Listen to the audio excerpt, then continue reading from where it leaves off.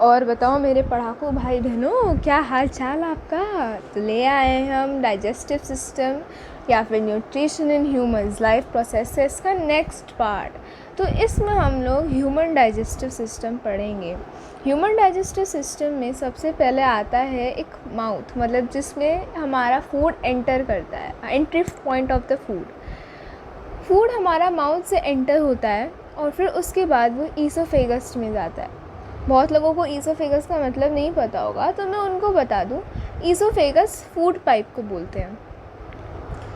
Food pipe यानी oesophagus से जाने के बाद हमारा फूड एंटर करता है हमारे स्टमक में, और स्टमक के बाद वो जाता है स्मॉल इंटेस्टाइन में, और स्मॉल इंटेस्टाइन के बाद आता है लार्ज इंटेस्टाइन में। ऐसे हमारा फूड ट्रैवल करता है। लार्ज इंटेस्टाइन के बाद वो फूड हमारा बॉडी के बाहर निकल जाता है एक्सक्रीटरी प्रोडक्ट के फॉर्म में। इतना लंबा प्रोसेस के थ्रू हमारा फूड गुज़रता है, इसी को हम कहते हैं हमारा डाइजेस्टिव सिस्टम। जिस प्रोसेस के थ्रू हमारा फूड हमें एनर्जी प्रोवाइड करता है, फिर जो हमारे वेस्ट मटेरियल्स निकल जाते हैं बॉडी से। तो हमें बचपन से पढ़ाया जाता है कि डाइजेस्टिव सिस्टम क्या क्या होता है, बट इस साल 10th में हम लोग कुछ न्यू जानेंगे कि होता क्या है, एक्चुअली मेन पर्पस क्या है डाइजेस्टिव सिस्टम का। तो उस पर्पस को जानने के पहले एक बेसिक डायग्राम जो हम लोग डाइजेस्टिव सिस्टम का होता है वो जान लेते हैं। मेरी ड्राइंग वैसे तो इतनी अच्छी नहीं है, बट जो भी मैं बना सकती हूँ आपको बना के समझा रही हूँ। हमारे माउथ के थ्रू जब जाता है फूड, तो उसमें कुछ सलाइवरी ग्लैंड्स प्रेजेंट होते हैं हमारे माउथ में। और यहाँ पे जनरली आपके बुक में बकल कैविटी नाम का वर्ड यूज़ किया जाएगा, तो आप बकल कैविटी सुन के कन्फ्यूज़ ना हो। बकल कैविटी और कुछ नहीं, हमारा माउथ ही को कहते हैं। जो माउथ हमारे लिप्स के अंदर वाला पार्ट होता है, जो इनर पार्ट होता है माउथ का, उसको हम लोग कहते हैं बकल कैविटी। जहाँ पे टीथ प्रेजेंट होते हैं, टंग होता है, उस पार्ट को हम लोग कहते हैं बकल कैविटी। ठीक, तो इसका मतलब हम लोग कह सकते हैं कि वो माउथ ही होता है। हमारा फूड जब जाता है माउथ में, उसके बाद वहाँ पे बहुत सारे सलाइवरी ग्लैंड्स हमारे इनर लाइनिंग ऑफ माउथ के पीछे प्रेजेंट होते हैं, जो सलाइवा मतलब सलाइवा एंजाइम रिलीज़ करते हैं। उस सलाइवा एंजाइम में सलाइवरी अमाइलेज प्रेजेंट होता है, और उस सलाइवरी अमाइलेज से हमारा जो फूड है वो फर्स्ट स्टेप में प्रोसेस होता है। और उस स्टेप में क्या होता है, जो सलाइवरी अमाइलेज रिलीज़ होता है, वो जो कार्बोहाइड्रेट के कॉम्प्लेक्स कंपाउंड होते हैं उनको वो ब्रेक डाउन करके सिंपल कंपाउंड्स में तोड़ देता है। ऐसा नहीं है कि वो तुरंत उसको ग्लूकोज में ही बदल देता है, बट उसको सिंपल कंपाउंड्स में ब्रेक डाउन कर देता है। ये हमारा फंक्शन होता है सलाइवरी अमाइलेज का। जिसको नहीं समझ में आया वो अभी फिर से राइट डाउन कर लो, मैं फिर से बताती हूँ। हमारे मुंह में, मतलब हमारे माउथ में बकल कैविटी के इनर लाइनिंग के अंदर पीछे प्रेजेंट होता है सलाइवरी ग्लैंड्स, और वो salivary glands salivary juice secrete करते हैं, जिसमें salivary different types of salivary enzymes होते हैं। उसमें से एक एंजाइम है सलाइवरी अमाइलेज, जो कि हमारे फूड में मिक्स होके उसमें प्रेजेंट कॉम्प्लेक्स कार्बन कंपाउंड्स को सिंपल कार्बोहाइड्रेट कंपाउंड्स में बदल देता है। सॉरी, कार्बन नहीं, कार्बोहाइड्रेट है वो। Simple carbohydrate complex carbohydrate compounds को सिंपल कार्बोहाइड्रेट कंपाउंड्स में ब्रेक डाउन कर देता है। ठीक है, ये सब आप लोग नोट डाउन कर लो पहले। और जैसे ही हमारा फूड ब्रेक डाउन हो जाता है, मतलब कार्बोहाइड्रेट फर्स्ट स्टेप हमारा माउथ में फिनिश हो गया, कॉम्प्लेक्स कार्बोहाइड्रेट सिंपल कार्बोहाइड्रेट में टूट गया, उसके बाद हमारा जो फूड है वो ईसोफेगस यानी फूड पाइप के थ्रू नीचे जाता है। ठीक है, वो फूड पाइप के थ्रू नीचे जाता है। और फूड पाइप आप लोगों को मैं एक फैक्ट बताऊं कि फूड पाइप बहुत ही पतली पाइप है, जिसमें से मतलब पानी भी जाता है ना, तो उसको बहुत मुश्किल होती है। तो अब आप सोच सकते हैं कि फ़ूड कैसे जाता होगा।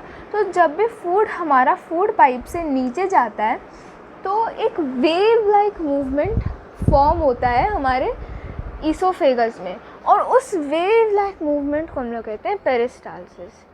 वो मतलब अब फूड जाता है, जहाँ पे फूड प्रेजेंट होता है उस साइड से हमारा ईसोफेगस या फूड पर बल्ज हो जाता है, बल्ज हो जाना है ना, फूल जाते हैं। और फिर जैसे वो नीचे जाता है तो फिर वापस अपने नॉर्मल कंडीशन में आ जाता है, फिर नीचे वाला फूलता है, फिर ऐसे करते करते एक वेव लाइक मूवमेंट फॉर्म हो जाता है, जिसको हम लोग कहते हैं पेरिस्टाल्सिस मूवमेंट। ठीक है, एक पॉइंट मैं बताना भूल गई, जो फूड हमारे माउथ से ईसोफेगस में पास होता है, च्यू होने के बाद, सलाइवा मिक्स हो जाने के बाद, उस फूड को हम लोग कहते हैं बोलस। फूड का आपको हर एक स्टेप पे अलग अलग नाम पता चलेगा। ठीक, फूड हमारे माउथ से जाने के बाद उसको हम लोग कहते हैं बोलस। अब हमारा फूड पेरिस्टाल्सिस मूवमेंट दिखाता है। पेरिस्टाल्सिस की स्पेलिंग मैंने अभी लिखी है, आप लोग भी देख लें, गलत स्पेलिंग ना लिखें। और फूड हमारा ईसोफेगस के बाद जाता है स्टमक में। स्टमक में जैसा कि मैं आपको बताऊं कि 3 टाइप के गैस्ट्रिक जूसेस रिलीज़ होते हैं फूड में, और स्टमक के इनर लाइनिंग के पीछे होते हैं गैस्ट्रिक ग्लैंड्स, जो different types of gastric juices secrete करते हैं।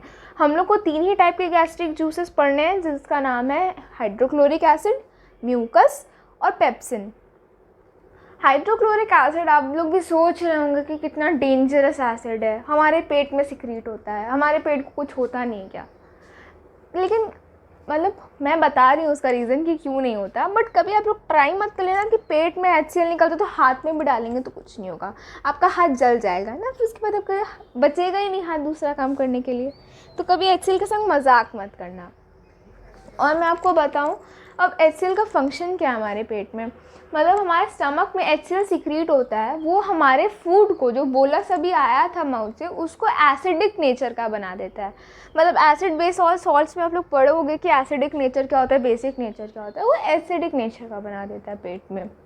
ठीक, और जो म्यूकस रिलीज़ होता है वो हमारे पेट में, और जहाँ जहाँ से HCl हमारे दूसरे ऑर्गन्स में जा सकता है उस जगह पे वो स्प्रेड हो जाता है, और स्प्रेड होने के बाद वो उस एरिया को प्रोटेक्ट करता है ताकि वो HCl से मतलब उसको कोई इफेक्ट ना हो, उस एरिया को कोई इफेक्ट ना हो HCl से। ठीक है, म्यूकस का बस इतना ही काम है। HCl का 2 काम है, एक तो एसिडिक मीडियम बनाना, एक फॉरेन बॉडीज़ जो यानी माइक्रो ऑर्गेनिजम्स, बैक्टीरिया, वायरसेस जो एंटर हो जाते हैं हमारे पेट में, उसको डिस्ट्रॉय कर देना ताकि हमें कोई मतलब एलर्जी या बीमारी ना हो। ठीक, और जो तीसरा हमारा है पेप्सिन। आप लोग सब लोग समझ रहे हो ना, पहला तो HCl, दूसरा म्यूकस, तीसरा पेप्सिन। पेप्सिन का क्या काम है? पेप्सिन का काम ये है कि वो जो कॉम्प्लेक्स प्रोटीन कंपाउंड, यानी कि अब आप लोग ऐसे समझ सकते हो ना, जैसे एक बहुत बड़ा रोटी का टुकड़ा हो, उस रोटी के टुकड़े में से आपको छोटा छोटा तोड़ के खाना पड़ता है। मतलब एक बार में एक रोटी तो पूरी खा लेते नहीं हो, है ना, छोटा छोटा तोड़ के खाना पड़ता है। वैसे ही जो ये सब एंजाइम स्टार्टिंग में रिलीज़ हो रहे हैं, वो वैसे ही बड़े बड़े पार्ट्स को छोटे छोटे पार्ट्स में तोड़ रहे हैं, अब ये एब्जॉर्प्शन के लिए रेडी नहीं हो रहे हैं। वैसे ही पेप्सिन कॉम्प्लेक्स प्रोटीन कंपाउंड्स को सिंपल प्रोटीन कंपाउंड्स में बदल देता है। जैसे हमारे माउथ में अमाइलेज ने कॉम्प्लेक्स कार्बोहाइड्रेट को सिंपल कार्बोहाइड्रेट में बदला था, वैसे ही जो हमारा पेप्सिन है वो कॉम्प्लेक्स प्रोटीन कंपाउंड्स को सिंपल प्रोटीन कंपाउंड्स में बदल देता है। ठीक है, आप लोग इतना नोट डाउन कर लीजिए फटाफट, उसके बाद हम आगे बढ़ते हैं।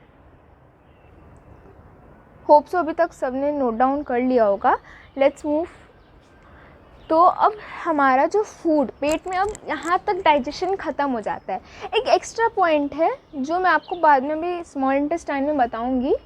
जब अब हमारा फूड यहाँ पे डाइजेस्ट हो गया स्टमक में, अब हमारा फूड जाता है स्मॉल इंटेस्टाइन में। ठीक, जब हमारा फूड जाता है स्मॉल इंटेस्टाइन में, तो स्मॉल इंटेस्टाइन में 2 जगह से एंजाइम्स आते हैं। वो दो जगह कौन से हैं? लिवर और पैनक्रियाज। ठीक, अब मैं आपको पहले एक बहुत ही इम्पॉर्टेंट पॉइंट बताना चाहती हूँ। जो फूड हमारा स्टमक से स्मॉल इंटेस्टाइन में जाता है उसको हम जनरली फूड नहीं कहते, उसको हम लोग काइम कहते हैं। जैसे हमारा फूड जो माउथ के बाद जब स्टमक में पहुंचा तो उसको हम लोग बोलस कह रहे थे, अब वो जब स्टमक से स्मॉल इंटेस्टाइन में जाता है तो उसको हम लोग काइम कहते हैं, ठीक। और वो लार्ज इंटेस्टाइन के पीछे होता है। हम लोग को हमेशा लगता है कि लार्ज इंटेस्टाइन ऊपर है, मतलब पहले लार्ज इंटेस्टाइन में जाना चाहिए डायग्राम के हिसाब से, बट स्मॉल इंटेस्टाइन में वो जाता है क्योंकि उसकी जो वो जो हमारा स्टमक है वो स्मॉल इंटेस्टाइन से लार्ज इंटेस्टाइन के पीछे से जुड़ता है, ठीक। और अब एक और इम्पॉर्टेंट बात, जब हमारा लिवर जो है वो बाइल जूस सिक्रीट करते हैं। सबको मालूम है बाइल जूस में बाइल सॉल्ट्स प्रेजेंट होते हैं।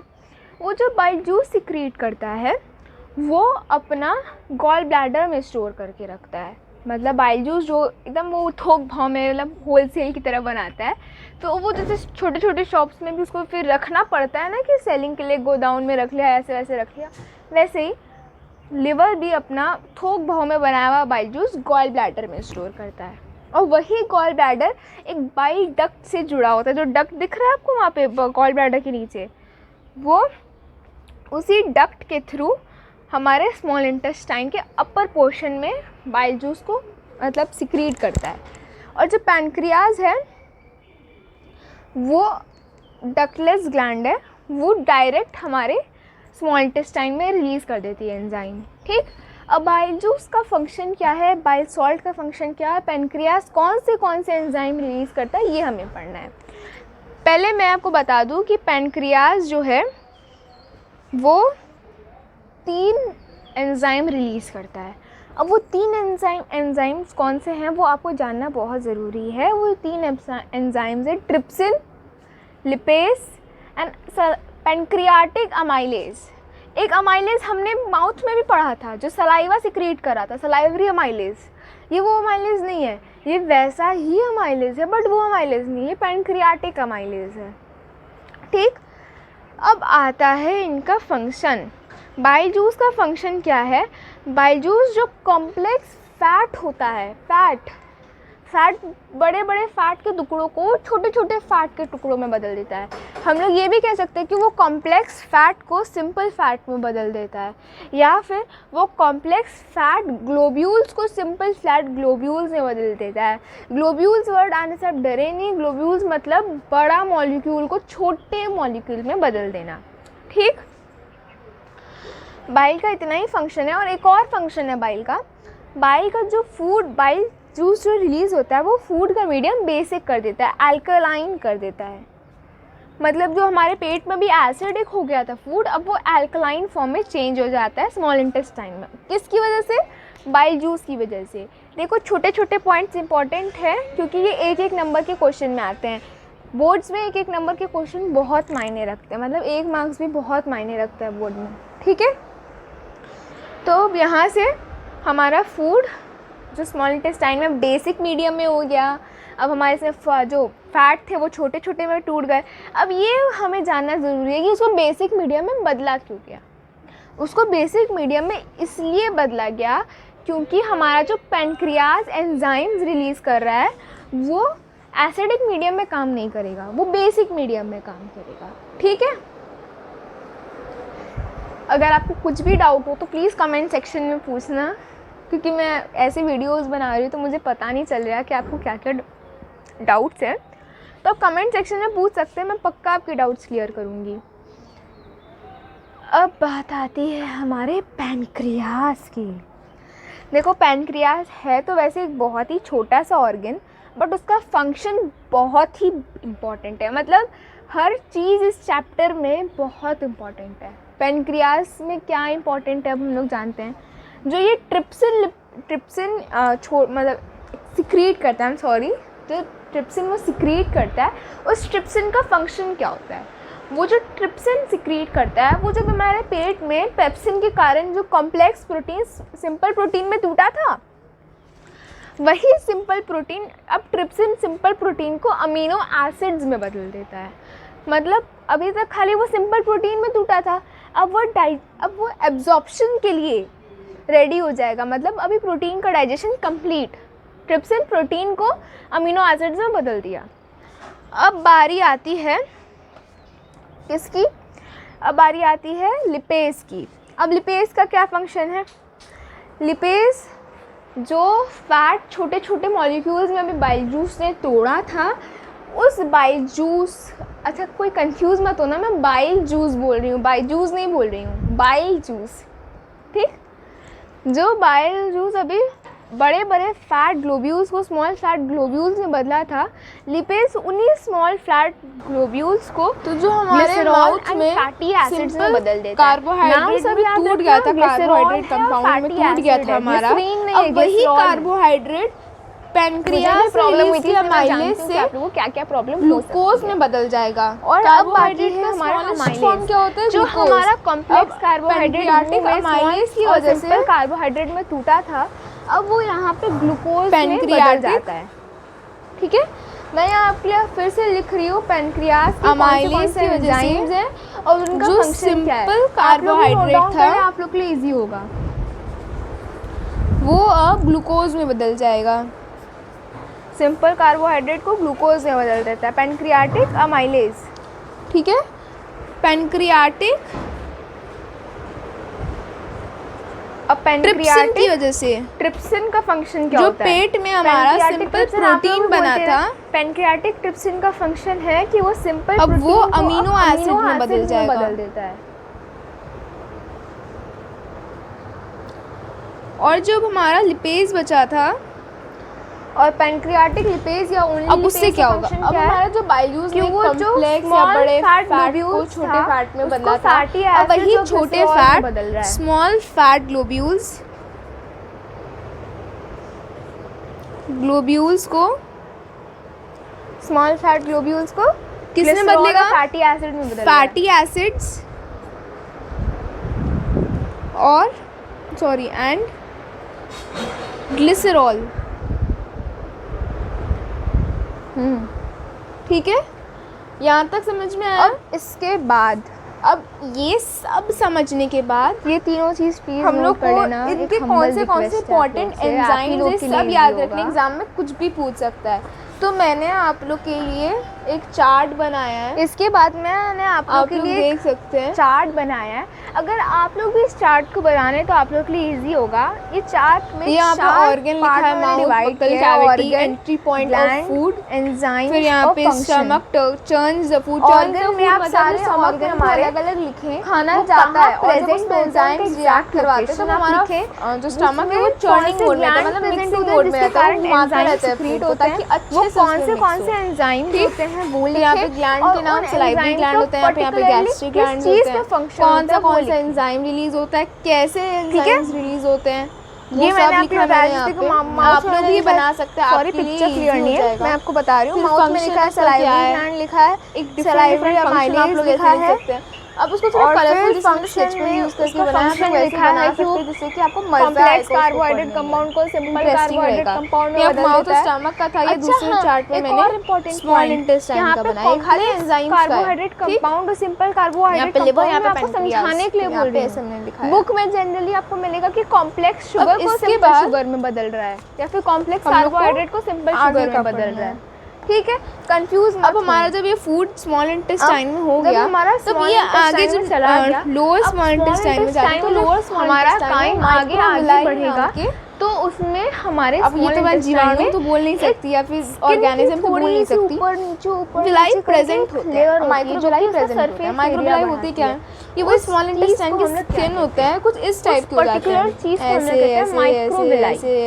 हो जाते हैं। माइक्रोविलाई ऐसे क्यों हो जाते हैं? ये ऐसे इसलिए हो जाते हैं ताकि ये अंडरग्राउंड हमारा पौधे होते हैं ऊपर नीचे एकदम वैसे ही, और यहाँ से ये सब एब्जॉर्ब करते हैं, मतलब जितना टूट गया ये हमारा ग्लूकोज बन गया, अमीनो एसिड्स, फैटी एसिड्स, ये जो हमारी कैपिलरीज है, कैपिलरीज ये सब यहाँ से एब्जॉर्ब कर लेता है और यहाँ तक वो हमारे इसलिए बढ़ा देता है अंदर तक कैपिलरीज जाके ज्यादा फूड और न्यूट्रिशन एब्जॉर्ब कर ले, अंदर तक कैपिलरीज जाके सबको एब्जॉर्ब करते हैं, ज्यादा से ज्यादा न्यूट्रिशन हमारे ब्लड को मिल जाए, और ज्यादा कैपिलरीज आएगी तो एक बार में ज्यादा अमाउंट ऑफ न्यूट्रिशन ले पाएगी, ठीक है। तो माइक्रोविलाई बस इसी फंक्शन के लिए बनाया गया है, मतलब बनाया नहीं गया, ऑलरेडी हमारी बॉडी में प्रेजेंट है।